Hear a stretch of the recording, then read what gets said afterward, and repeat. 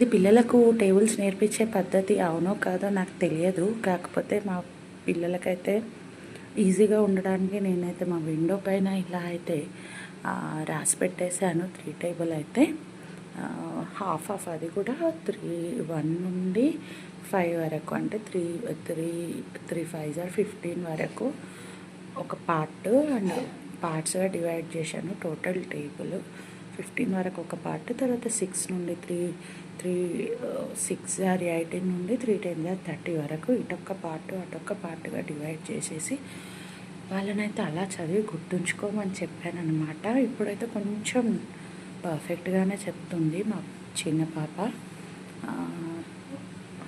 Okay. And వాళ్ళు ఇక్కడే కూర్చొని చదువుకుంటారు కాబట్టి, టేబుల్ దగ్గర కూర్చొని చదువుకుంటారు కాబట్టి డైరెక్ట్ ఇలా చూడంగానే వాళ్ళకు 3 టేబుల్ అయితే కనిపిస్తుంది. వాళ్ళు పర్ఫెక్ట్ అయ్యేదాకా మా బోర్డు పైన, మా విండో పైన ఇదే టేబుల్ అయితే ఉంటుంది, 3 టేబుల్ అయితే ఉంటుంది. నెక్స్ట్ వాళ్ళు ఇది పర్ఫెక్ట్ అయిన తర్వాత నెక్స్ట్ 4 టేబుల్కి అయితే వెళ్తాను. అండ్ మీకు కనుక మీరు కూడా ఇలానే చేయండి. డైలీ వీక్ ఒక 2 డేస్ 3 డేస్కి ఒక్క విండో ఒక్క టేబుల్ రాసినా కూడా వాళ్ళు పర్ఫెక్ట్ అవుతారు. నచ్చితే లైక్ చేయండి.